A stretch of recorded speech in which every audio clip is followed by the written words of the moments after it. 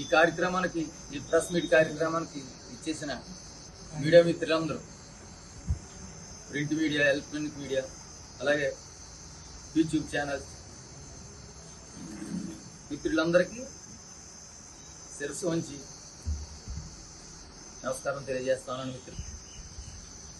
జగ్గంపేట నియోజకవర్గ కాంగ్రెస్ పార్టీ ఇన్ఛార్జిగా కేంద్ర మాజీ మంత్రి వర్యులు పొన్నంరాజు గారు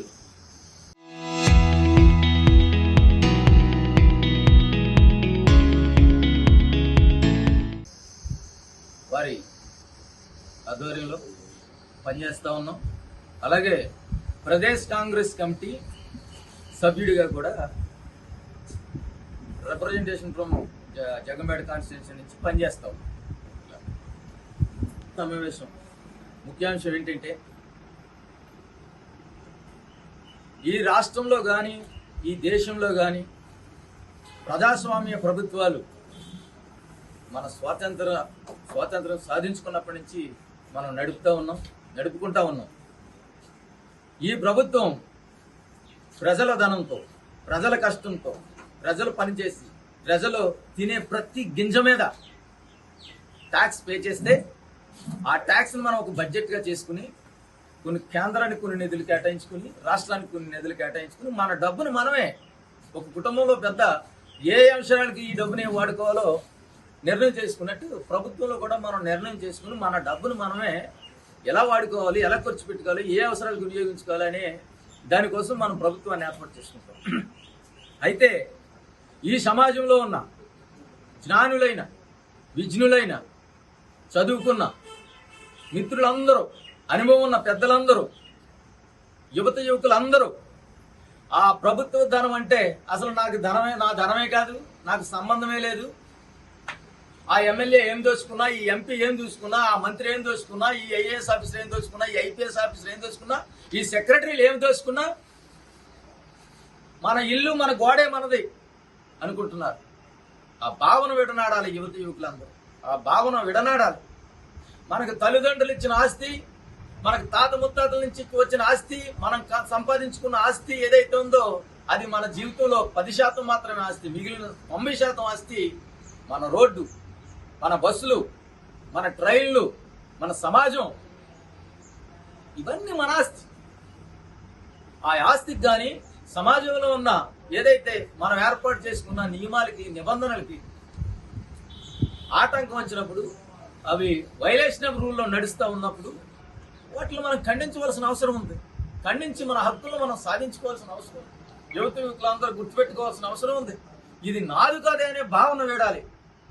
మన డబ్బు, మన ఆస్తి, మన ట్యాక్స్, మనం పే చేస్తున్న ట్యాక్సెస్తో ప్రభుత్వం నడుస్తుంది అని ప్రతి యువకుడు, అలాగే అనుభవజ్ఞులందరూ, ఈ సమాజంలో ఉన్న ప్రతి పౌరుడు గుర్తించవలసిన అవసరం ఉంది. ఆ విధంగా ముందుకు అడుగులు వేయాల్సిన అవసరం ఉంది. ఏదైతే ఇవాళ రాష్ట్రంలో పరిపాలన సాగిస్తున్నటువంటి ముఖ్యమంత్రి చంద్రబాబు నాయుడు గారు, వారి కుమారుడు ఈ రాష్ట్రానికి షాడో ముఖ్యమంత్రి, దట్ మీన్స్ పేరుకి చంద్రబాబు నాయుడు గారైనా majority of the decisions has taken from Lokesh garu, అందులో ఏమీ అనుమానం లేదు. ఆయన షాడో ముఖ్యమంత్రిగా ఈ రాష్ట్రానికి ఉన్నారు. అలాగే చాలా కీలకమైన శాఖలను ఆయన నిర్వర్తిస్తూ ఉన్నారు. హెచ్ఆర్డి డిపార్ట్మెంట్ నిర్వర్తిస్తూ ఉన్నారు, ఐటీ నిర్వర్తిస్తూ ఉన్నారు, అలాగే ఎలక్ట్రానిక్స్ అండ్ కమ్యూనికేషన్ నిర్వర్తిస్తూ ఉన్నారు, రియల్ టైమ్ గవర్నెన్స్ నిర్వర్తిస్తూ ఉన్నారు. టోటల్గా గవర్నమెంట్లో మెజారిటీ భాగం ఆయన నిర్వర్తిస్తూ ఉన్నారు. కాబట్టి ఆయన, లోకేష్ గారు రేపు ఎల్లుండు జగ్గంపేట నియోజకవర్గానికి విచ్చేస్తూ ఉన్నారు. ఆ విషయం ఏదైతే లోకేష్ గారు జగ్గంపేట నియోజకవర్గాన్ని విజిట్ చేస్తూ ఉన్నారో దానికి సంబంధించి వారికి కొన్ని సూచనలు చేయాలని, వారికి కాంగ్రెస్ పార్టీ తరఫున కొన్ని విషయాల పట్ల అప్పీల్ చేయాలని, వీలైతే ఈ నియోజకవర్గ శాసనసభ్యులు కానీ, లేకపోతే ఈ పార్లమెంటు ఎంపీ కానీ, లేకపోతే ఇక్కడ ఉన్న డిస్ట్రిక్ట్ కలెక్టర్ కానీ ఎవరైనా మాకు కొద్దిగా పార్టీ అవకాశం ఇస్తే నారా లోకేష్ గారికి, మంత్రివర్యుల గారికి కాంగ్రెస్ పార్టీ తరఫున రిప్రజెంటేషన్ ఇచ్చేదానికి కొన్ని అంశాలను తయారు చేసుకుని ఉన్నాం. వారు అవకాశం ఇస్తే వారికి రిప్రజెంటేషన్ ఇస్తాం. వారి అవకాశం ఇవ్వకపోతే ఒకవేళ ఇవ్వని పక్షంలో మీ ద్వారా ఏదైతే సమాచారం అందిస్తామో ఏదైనా వారికి చేరుతుందని చెప్పేసి భావిస్తా ఉన్నాం మిత్రులారా. అయితే లోకేష్ గారు మంత్రివర్యులు, గౌరవ మంత్రివర్యులు, కాంగ్రెస్ పార్టీగా ప్రదేశ్ కాంగ్రెస్ కమిటీ నుంచి డిమాండ్ చేస్తా ఉన్నాం మిమ్మల్ని. జగ్గంపేట నియోజకవర్గంలో మీరు 2 రోజుల పర్యటనలో మా అప్పీల్ని మీరు పరిశీలనకు తీసుకోవాలని చెప్పేసి డిమాండ్ చేస్తా ఉన్నాం. జగ్గంపేట నియోజకవర్గంలో మీరు పర్యటన చేసేటప్పుడు చంద్రబాబు నాయుడు గారు కుమారుడిగా ఒక మ్యాజిక్ షో లాంటిది లేదా ఒక ఫ్యాషన్ షో లాంటిది మీరు అలా కనిపించి మీ అనుచరులతో వీళ్ళందరితోని పువ్వులు జల్లించుకుని డప్పులు డాళ్ళతోని మీరు ఒక రథయాత్రలాగా చేసుకుని పోయేదానికి వస్తున్నారేమో. కానీ మీరు చేయవలసింది ఈ జగ్గంపేట నియోజకవర్గంలో ఏమి జరుగుతుంది, అభివృద్ధి ఏం జరుగుతూ ఉన్నది, దోపిడీ ఏం జరుగుతూ ఉంది, పరిపాలన ఏం జరుగుతూ ఉన్నది, జరగవలసిన పరిపాలన కంటే వైలేషన్ ఆఫ్ రూల్లో ఏం జరుగుతూ ఉంది, ఒక కలెక్టర్ ఐఏఎస్ స్థాయి అధికారితో ఒక కమిటీ వేసి మీరు నివేదికను తెప్పించుకోవలసిన అవసరం ఉంది ఈ జగ్గంపేట నియోజకవర్గంలో. దానికి మేము కొన్ని క్లూస్ ఇస్తాం. మొదటిది, ఏదైతే రేపు మీరు పుష్కర దాన్ని ఏమంటారన్నా కోసం కెనాల్స్ తీశారు. అది ఫార్మాలిటీగా ఆయనతో శంకుస్థాపన చేసే కార్యక్రమం తీసుకున్నారు. బ్రహ్మాండమైన కార్యక్రమం. ఆలోచన చేయండి. పుష్కర ఎత్తిపోతల పథకంలో పుష్కర లిఫ్ట్ ఇరిగేషన్ ఏదైతే తాళ్ళూరు ఉందో ఇది జగ్గంపేట నియోజకవర్గ ప్రజలకి శాశ్వత పరిష్కారం కాదు. ఏదైతే ఎగువ భాగం నుంచి వచ్చే పాములేరు వాగుందో ఆ వాటర్ని భూపతిపాలెం రిజర్వాయర్లోకి లిఫ్ట్ చేయాలి. భూపతిపాలెం రిజర్వాయర్ నుంచి సూరంపాలెం ప్రాజెక్ట్కి అనుసంధానించాలి. సూరంపాలెం ప్రాజెక్ట్ నుంచి జగ్గంపేట నియోజకవర్గం మొత్తం గ్రావిటీలో వాటరు అవసరాలు తీరేదానికి అవకాశం ఉంది. దాని మీద మీరు అధ్యయనం చేయించవలసిన అవసరం ఉంది.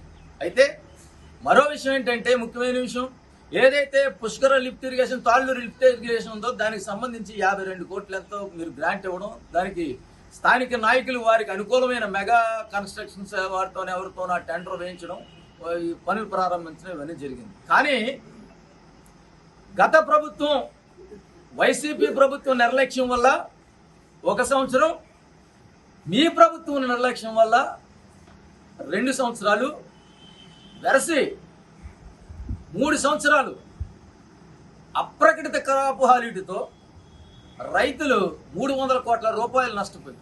అది ఎట్లా అంటే 37,000 ఎకరాల ఆయకట్టుకి ప్రతిపాదించినప్పటికీ 32,000 ఎకరాలకు నీరు పోయేదానికి, నీటి సౌలభ్యం కలిగేదానికి ఈ ప్రాజెక్ట్ని కమెన్స్మెంట్ చేయడం జరిగింది.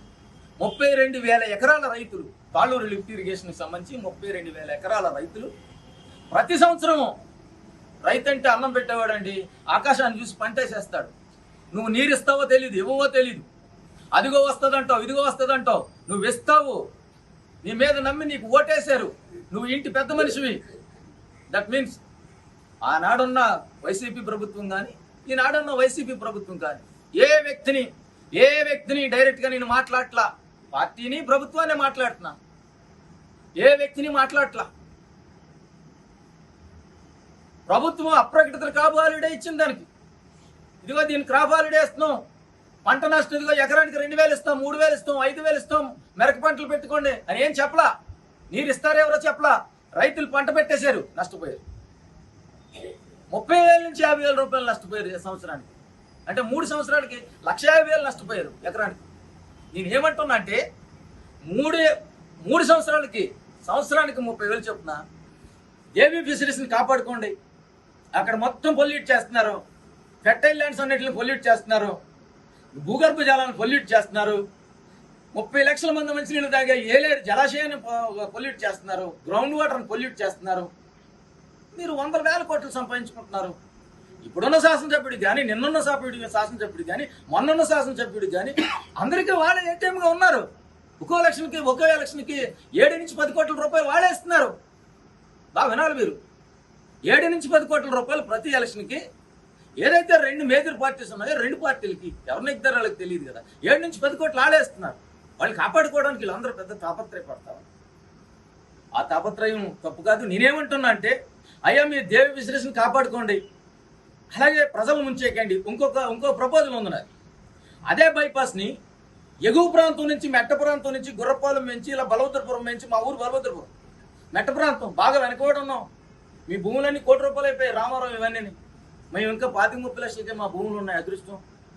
అటువైపు నుంచి తీసుకొచ్చి ఇలాగ తాళ్ళూరు దగ్గర కనెక్ట్ చేయండి. మీరు దేవి విశ్లేషణ కాపాడుకోవాలనుకుంటే మా గ్రామాల మీదుగా, మెట్ట ప్రాంతం మీదుగా తీసుకురండి. ఏదైతే జగ్గంపేటకు సంబంధించిన బైపాస్ రోడ్డు ఉందో, మా ప్రాంతం బాగుపడుతుంది, మా ప్రాంతం అభివృద్ధి చెందుతుంది. సీఎం గారు వాళ్ళ బంధువులు దేవి ఫిషరీస్ ఎవరైతే ఉన్నారో వాళ్ళకి నష్టం జరగకుండా ఉంటుంది. వాళ్ళు ఎలాగో సర్వనాశనం చేశారు ప్రజలందరినీ, అతి దారుణమైన పొల్యూట్ చేస్తూ ఉన్నారు. జగ్గంపేటకి చాలా సమీపం అండి, అదే 300 కిలోమీటర్లు కూడా ఉండదు. దుర్వాసన, సాయంకాలం వేసేళ్ళకి ఎవరు బయటికి రాలేరు. పగలు ఏదో పని మీద చేసుకుని ఏదో కూలో నాలో చేసుకుని వచ్చినా పడుకుంటే సాయంకాలం వేసేసరికి అలాగే చల్లని గాలి వేస్తూ ఉంటే భయంకరమైన పొల్యూషన్ అండి, దారుణం, దౌర్భాగ్యం. కాంగ్రెస్ పార్టీ రాగానే ఆ పరిశ్రమను ఇక్కడి నుంచి తీయించే ప్రక్రియ చేపడతామని చెప్పేసి కూడా సందర్భంగా తెలియజేస్తాను. మెట్ట ప్రాంతం ఏదైతుందో ఆ ప్రాంతం నుంచి బైపాస్ తీసుకురండి. అక్కడ మీకు మరో సమస్య కూడా ఉంటుంది. మీకు మరో ఏటీఎం ఉన్నాడు, భైరవ కృష్ణ అని చెప్పేసి.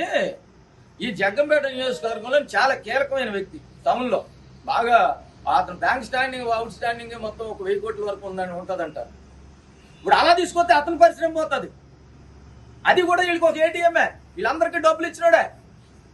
ఈ నియోజకవర్గంలో ఉన్న పీడిఎస్ రైస్ అన్ని ఆ భైరవ కృష్ణనే అతనే కొంటాడు, క్లియర్ గా చూడండి. నిన్న కాక మొన్న ఎన్ఫోర్స్మెంట్ వాడు బాలాజీ రైస్ మిల్లు, అది భైరవ కృష్ణ అనే వ్యక్తికి సంబంధించిన రైస్ మిల్ మీద దాడి చేశారు. ఏం చెప్పారు? మీరు అందరూ వెళ్ళి అక్కడ కాపలా కాశారు. ఇటువైపు పక్కన మా మలిసాల్లోని వైసీపీ మండలాధ్యక్షుడిగా ఉన్నాడు నాగబాబు గారు, అన్నయ్య అని పిలుస్తాను, నీకు చాలా ఆప్తుడు. నాకు పీడిఎస్ రైస్ కొంటున్నారు వాళ్ళు ఇంకేం రైస్ అట్లా, ధాన్యం అట్లా, పీడిఎస్ రైస్ కొని అమ్ముతున్నారు వాళ్ళు. విజిలెన్స్ అండ్ ఎన్ఫోర్స్మెంట్ దాడులు చేసింది. ఏం చేసింది? డబ్బులు తీసుకుని వెళ్ళిపోయింది, లంచం తీసుకుని వెళ్ళిపోయింది, ప్రజలను మోసం చేశారు.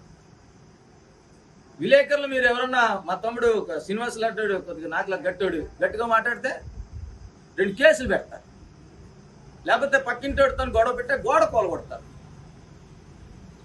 పీడిఎస్కి సంబంధించిన ఆ రైస్కి సంబంధించిన దాని మీద కూడా ప్రభుత్వం చర్యలు తీసుకోవాలి. పెద్ద పెద్ద మాటలు చెప్పాడు మానే పవన్ కళ్యాణ్ గారు, చేజ్ ద షిప్ అన్నారు. నాకు చాలా అభిమాని, అట్ ది సేమ్ టైం మా కులస్తుడు కూడా అభిమానం ఉంటుంది కదా జనరల్గాని. ఏం చేశారు? ఏం చేయరా? ఇదే జగ్గంపేట నియోజకవర్గం నుంచి మొత్తం రైస్ అంతా కలెక్ట్ చేసుకుని ఈ శాసనసభ్యుడు చొరవతోని ఈ రైస్ మిల్స్ వీళ్ళందరూ ముఠాగా ఏర్పడి అవి ఆ గుమ్మడితట్లో అశోక పరిశ్రమ ఒకటి ఏర్పాటు చేశారు, పొల్యూటెడ్ పరిశ్రమ. ఆ రైస్ని మొత్తం అక్కడ అమ్ముతున్నారు, 20 రూపాయలు కొని 4 రూపాయలు.